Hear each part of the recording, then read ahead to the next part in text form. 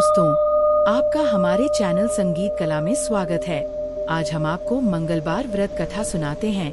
कृपया ध्यान पूर्वक सुने। हिंदू धर्म में मंगलवार का व्रत भगवान हनुमान जी और मंगल देव को समर्पित माना जाता है।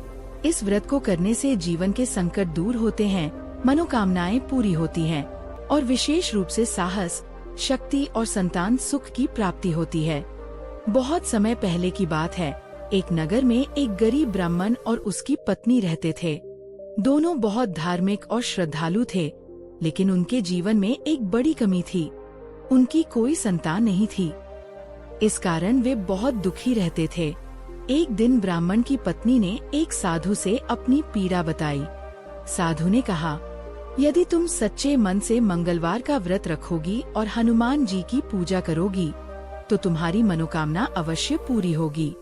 ब्राह्मण पत्नी ने उसी दिन से मंगलवार का व्रत शुरू कर दिया। वह हर मंगलवार को सूर्योदय से पहले उठती, स्नान करती, लाल वस्त्र धारण करती और विधि विधान से हनुमान जी की पूजा करती।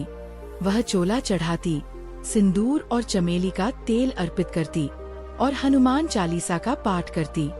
धीरे धीरे उसकी भक्ति रंग लाई और कुछ समय बाद उसे एक सुंदर पुत्र की प्राप्ति हुई।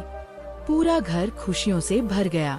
एक दिन मंगल देव ने उसकी भक्ति की परीक्षा लेने का विचार किया। वे एक साधु का रूप धारण करके उसके घर आए और बोले, मुझे बहुत भूख लगी है, क्या तुम मेरे लिए भोजन बना सकती हो? स्त्री ने विनम्रता से कहा, आज मंगलवार है, मैं व्रत पर हूँ। मैं आज चूल्हा नहीं जलाती, लेकिन आपके लिए कोई और व्यवस्था कर सकती हूँ। साधु ने कहा, मुझे तो केवल गर्म भोजन ही चाहिए, नहीं तो मैं चला जाऊंगा। स्त्री धर्म संकट में पड़ गई। उसने सोचा, एक और व्रत का नियम, दूसरी ओर अतिथि सेवा। अंत में उसने हनुमान जी का स्मरण किया और चूल्हा जलाकर भोजन बना दिया। जब वह भोजन परोसने गई, तो देखा कि उसका छोटा बेटा चूल्हे में गिर गया है और जल गया है। यह देखकर वह बहुत दुखी हुई, लेकिन उसने अपने व्रत और भगवान पर विश्वास नहीं छोड़ा। तभी वह साधु अपने असली रूप में प्रकट हुए। वे स्वयं मंगल देव थे।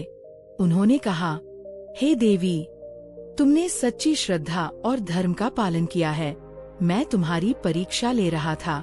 इसके बाद उन्होंने उसके पुत्र को जीवित कर दिया और उसे आशीर्वाद दिया कि उसके जीवन में कभी कोई दुख नहीं आएगा। बोलो हनुमान जी महाराज की जय हो।